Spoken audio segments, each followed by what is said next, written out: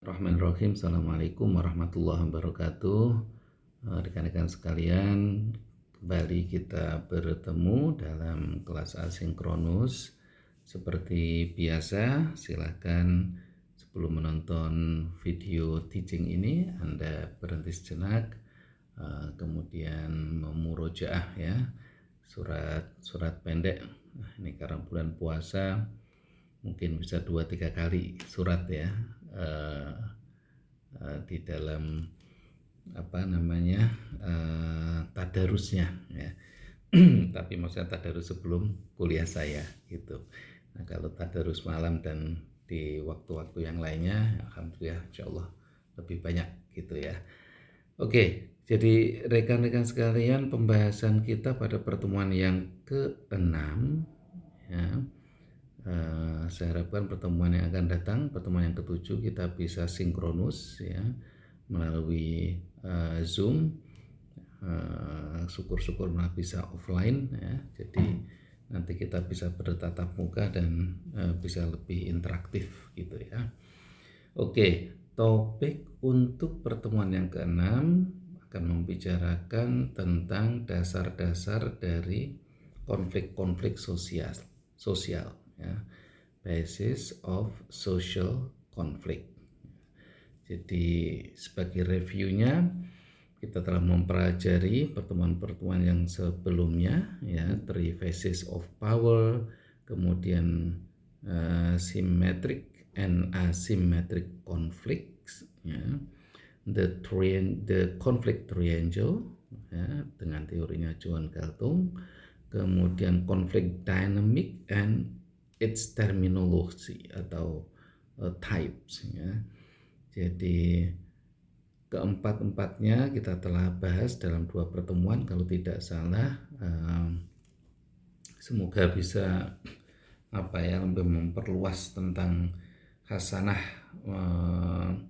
manajemen dan resolusi konflik pada mata kuliah kita ini. Nah, yang sekarang kita akan membahas tentang social conflict. Apa yang dimaksud dengan social conflict? Faktor-faktor apa yang terlibat di dalamnya, kemudian bagaimana modelnya gitu, tetapi akan secara global. Jadi nanti saya akan berikan sebuah contoh ya di dalam kehidupan yang nyata gitu ya, di dalam kepemimpinan pemerintahan, kemudian di Amerika ini, kemudian faktor-faktor internal ya, yang menyebabkan adanya konflik sosial, kemudian kealamiahan manusia gitu ya. Jadi diri manusia itu ya bisa juga menyebabkan sumber konflik gitu ya, secara general seperti itu. Kemudian karena tadi manusia itu bisa menimbulkan konflik, nah tentu ada tanggapan-tanggapan ya sosio-psychological ya. Jadi secara sosial psikologis itu kemudian bagaimana ya responnya itu seperti apa gitu. Kemudian dan yang terakhir itu, selain manusia yang tadi tentu adalah individu, maksudnya ya diri sendiri, nah, ada juga dalam grup ya. Jadi kelompok-kelompok organisasi ya dan civil society ya, itu juga bisa sebagai penyebab dari konflik ya, dan bagaimana proses-proses yang terjadi ya, sama dengan seperti dinamika apa yang terjadi ya, di dalam kelompok-kelompok masyarakat itu. Nah, itulah nanti akan kita pelajari di dalam topik kita berkenaan dengan dasar-dasar dari konflik sosial ya. Mengapa kok kita belajar konflik sosial, Pak? Kita ini orang sosial ya. Ada juga konflik keamanan, konflik ekonomi, ya, konflik sosiologis, ya, psikologis, ya mungkin itu agak dekat-dekat juga dengan konflik sosial. Oke, kita mulai dari masalah yang pertama. Dalam sebuah contoh yang akan saya berikan ini adalah berkenaan dengan ini juga karena saya mendalami isu ini. Jadi contoh yang saya ambil di slide ini adalah dua perbedaan presiden, ya, presiden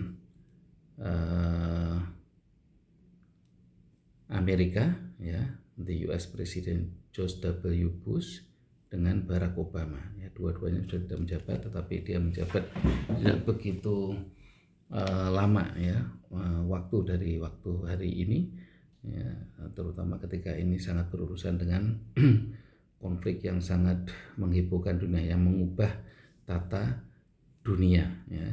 Jadi mulai ada kasus 9/11, kemudian ada kasus Irak dan Afghanistan, gitu ya. Jadi bagaimana dua presiden ini mempunyai perbedaan, ya, tentu terhadap konsep dan penerapannya di dalam menangani adanya sebuah persoalan besar, ya. Jadi serangan 9 September, ya, dan juga perang Afghanistan dan Irak, ya. Tiga ini terjadi dalam periode dua presiden ini, ya. Nah, dan bagaimana konflik sosial, ya, dalam diri seorang presiden ini ketika dia menjadi top leader sebuah negara besar yang harus mengambil sebuah kebijakan, ya, policy. Nah, kita bisa melihat betapa ketika 9/11 itu terjadi, kalimat ini muncul dari pernyataan Presiden Bush, ya. The only way to defeat terrorism, ya, hanya cara bagaimana mengalahkan terorisme as a threat to our way of life, ya, sebagai sebuah ancaman terhadap cara hidup, pandangan hidup kita, ya. Kita dalam konteks ini adalah warga Amerika, tentu pada saat itu yang diucapkan oleh presidennya is to stop it, ya. Jadi bagaimana, ya, harus dihentikan itu, eliminate it, ya, dikurangi itu, ya, and destroy it, dan dihancurkan where it grows, di mana itu atau terorisme itu, ya, it ini merujuk pada terorisme, ya, where it goes, di mana itu berkembang. Jadi tentu kalau kita bisa menganalisis secara lebih detail dari kalimat ini, yaitu adalah kalimat pernyataan seorang presiden, kepala negara, negara besar terhadap sebuah peristiwa besar yang mengubah dunia, dan intonasi itu, tone itu, ya, di dalam tata bahasa ada istilah tone, ya. Kemudian diction, ya, diksinya, gitu ya. Itu semua bisa dibaca, dan itulah yang sebenarnya menggambarkan konflik, ya, di dalam pribadi seseorang, ya, atas tanggung jawabnya, gitulah. Jadi bagaimana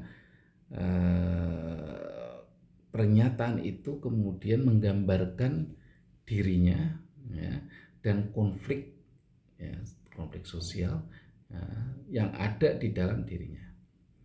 Nah, itu ketika Presiden Bush mengekspresikan, gitu ya, pernyataannya. Nah, berbeda dengan Presiden Bush itu Presiden Obama, ya. Di masa beliau juga ada peristiwa besar, ya, jadi penyerangan Afghanistan dan Irak ini, dan bagaimana dia mengekspresikan, ya, Presiden Obama ini mengekspresikan pernyataan-pernyataan, ya, kebijakan-kebijakan, ya. Tidak ada contoh secara kalimat yang quote di sini, tetapi ada pernyataan seperti ini, ya. Jadi kebijakan-kebijakan Presiden Obama kelihatannya seem to view, ya, kelihatannya dipandang the enemies is less unitary, ya. Jadi bukan dipandang, memandang.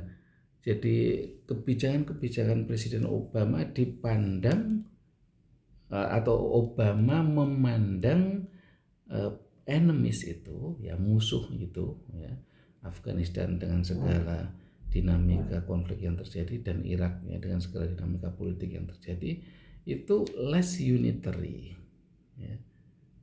Jadi tidak yang firm seperti Bush gitulah, ya, yang apa ya bahasa yang paling tepat itu, ya. Yang jelas dia agak lebih friendly gitu, ya, tidak mengintimidasi ini sini, ya, tidak mengancam, ya, tentu, ya, seperti yang tadi dalam kalimatnya Bush itu. Yang kadang-kadang para pembantu Presiden Obama, para pengamat gitu, ya, para tokoh itu di Amerika agak mengkhawatirkan gitu, ya, susceptible ini, ya, apakah nanti bisa memenangkan gitu, ya, to being won over the blandishment, ya. Jadi apakah nanti kira-kira bisa menang terhadap para musuh-musuh yang lebih apalah ini, ya, garang, lebih lebih perkasa gitu, ya, di kasus Afghanistan dan Irak gitu. Nah, itu juga apa artinya menunjukkan, ya, pada diri Obama itu, ya, mempunyai style, yang mempunyai tipe pengelolaan konflik sosial di dalam dirinya sebagai seorang pemimpin negara besar, ya, dalam merespon, menangani sebuah persoalan gitu, ya. Jadi dua contoh ini, contoh dari personality dua presiden ini, ya, ini saya ketengahkan sebagai sebuah contoh, ya, sebagai sebuah example di dalam menjelaskan tentang dasar-dasar konflik sosial, ya, pada diri seseorang, ya, pada individu seperti itu. Oke, semoga bisa dipahami, ya. Kalau masih ada hal yang ingin ditanyakan, seperti biasa, ya, Anda tulis, tapi saya nggak pernah melihat ada tulisan itu kayaknya di adlink, si akad adlink kita. Oke, ini slide yang pertama. Saya akhiri sampai di sini. Kita pause sebentar.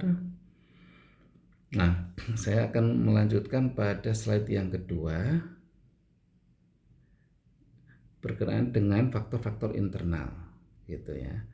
Nah, kalau kita sudah berbicara tentang faktor-faktor internal, perlu ada sebuah teori yang akan digunakan, gitu, ya. Jadi di dalam sebuah konflik, ya, konflik sosial, ya, dalam konteks ini, ya, tentu ada faktor-faktor internalnya, ya, faktor-faktor internal dalam diri individu itu, ya, atau nanti ketika kita membicarakan dalam konflik yang grup, yang komunal, gitu. Oke, many theoretical approaches, ya, banyak dari pendekatan-pendekatan teori stress menekankan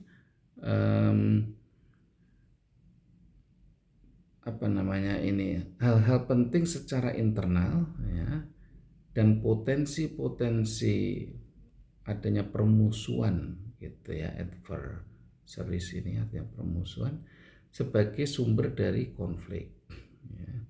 Jadi menurut teori seperti itu, ya. Jadi ketika ada tekanan-tekanan, ya, stres ini, ya. Jadi kalau Anda sering menggunakan kata-kata stres, itu juga berarti Anda mempunyai sumber dari konflik, gitu, ya, konflik individu, ya, atau Anda konflik dengan teman yang lain, ya. Itu biasanya, gitu, ya, kalau secara teori itu karena adanya tekanan-tekanan ini ya secara internal, dan ada potensi ya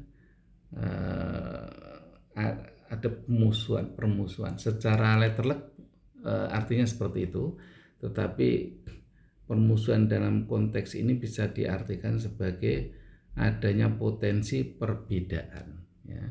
Jadi ketika Anda merasa tertekan karena mempunyai perbedaan baik dalam diri Anda atau dengan teman ya, atau mungkin dengan orang lain gitu, maka situasi itu ya atau faktor internal itu akan menyebabkan ya konflik gitu ya.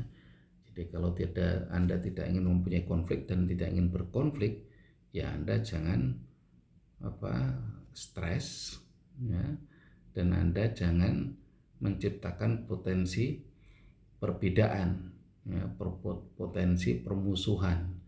Kalau Anda tidak mempunyai dua faktor itu, ya Anda tidak akan konflik ya. Juga termasuk diri Anda ya, dalam diri Anda sendiri. Jadi Anda bangun tidur misalkan ya, kemudian Anda baru bangun tidur udah mikir sesuatu yang membuat Anda itu sangat menekan diri Anda sendiri ya, dan kemudian Anda membuat sebuah perbedaan. Dalam konteks ini perbedaan adalah sesuatu yang Anda tidak inginkan tetapi Anda harus melakukan. Masih ingat kuliah kemarin gitu ya, di bagaimana konflik itu terjadi dengan adanya Anda mau mengikuti saya ya, atau saya paksa Anda ya, pada apa yang Anda tidak suka ya, sehingga Anda akan mengikuti saya. Nah seperti itu kan potensi permusuhan ya. Jadi kalau Anda bisa tidak mempunyai kondisi seperti itu, ya Anda tidak akan punya konflik gitu ya. Itu secara teori ya.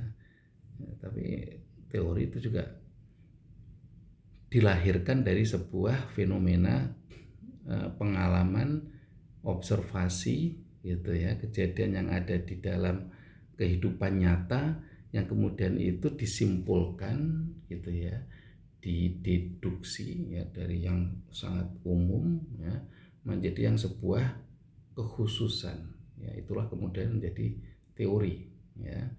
Makanya ketika kita mengikuti teori ya kita itu sebenarnya adalah menerapkan sebuah deduksi di dalam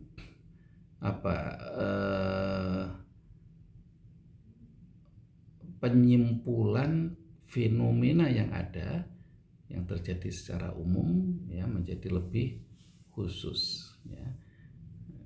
Dan itu tentu melalui metode-metode yang sangat akademis gitu ya.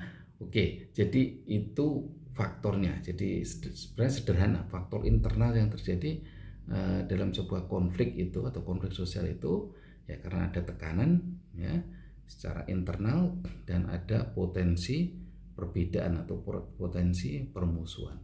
Jadi ketika dua faktor itu terjadi baik pada diri seseorang atau individu atau dalam sebuah grup ya, maka konflik terjadi gitu ya.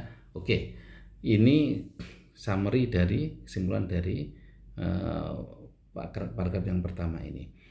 Nah, kalau di dalam konflik sosial, since social conflicts are ubiquitous gitu ya, apa artinya ubiquitous coba? Bahasa Inggris saya juga kadang-kadang harus bertanya ke website ya. Oke,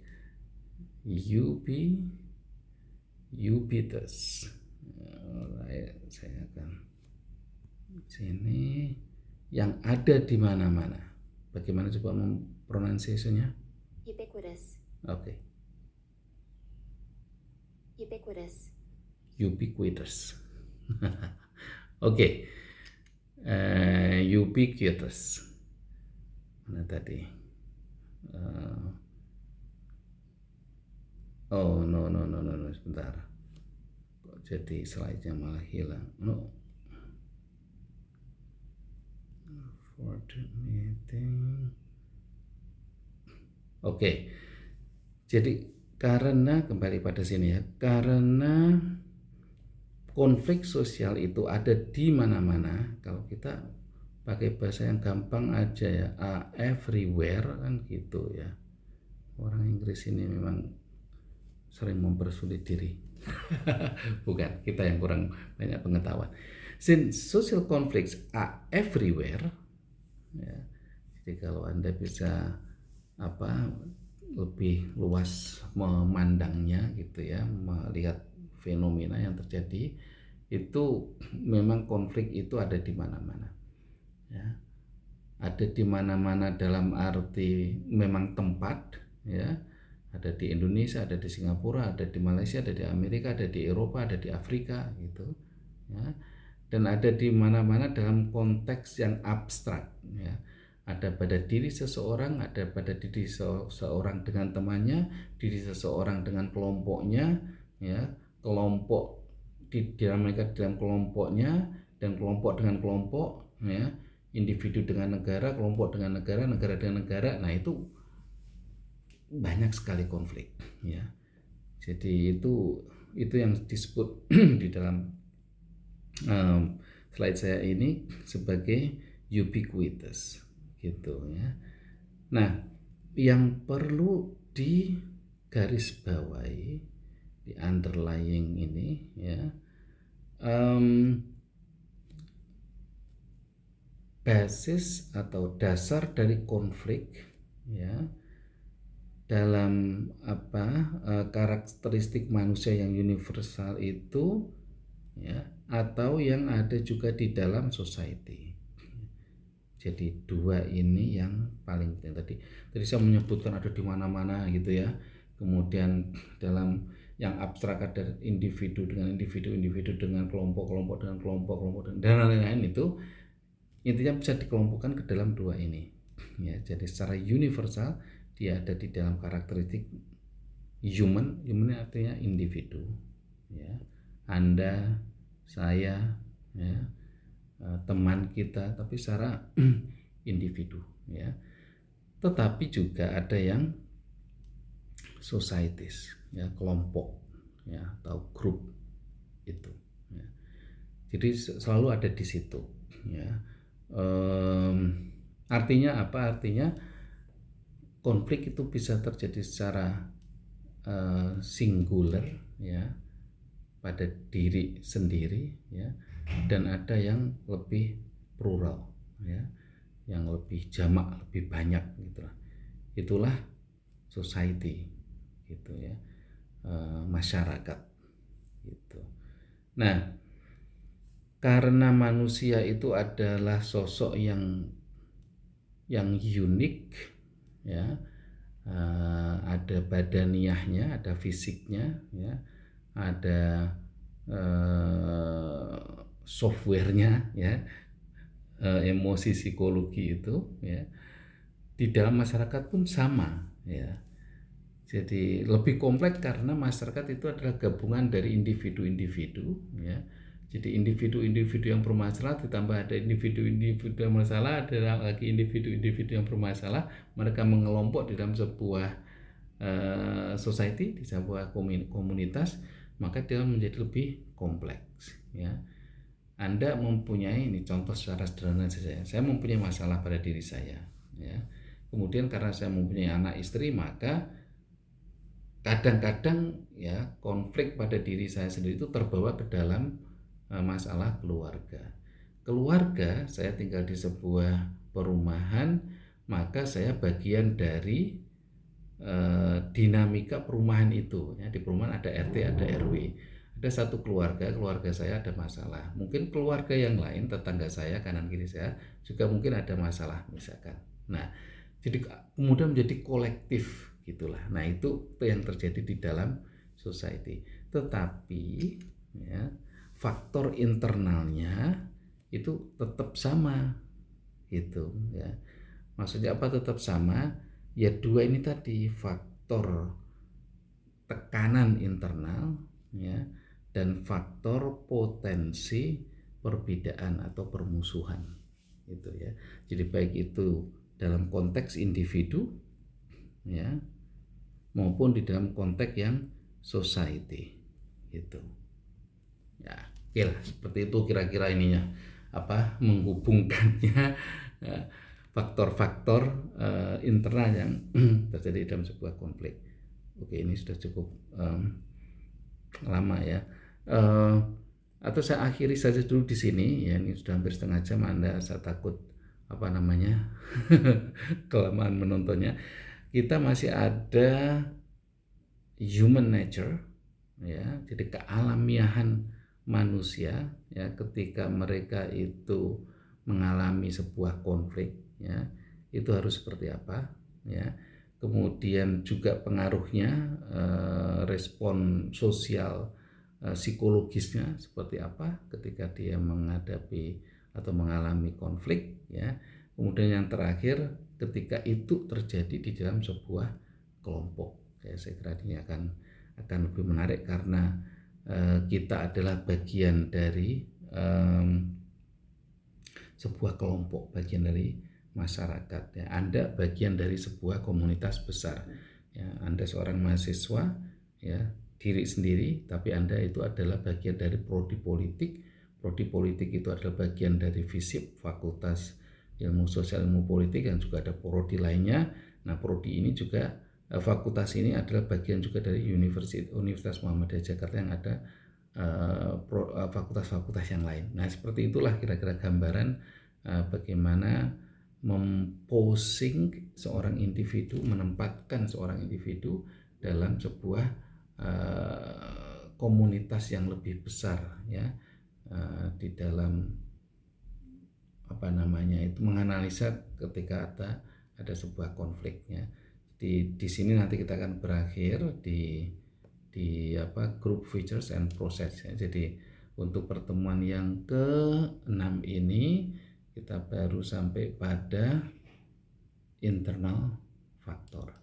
Demikian rekan-rekan, semoga bisa bermanfaat. Saya akhiri. Assalamualaikum warahmatullahi wabarakatuh. Bye bye.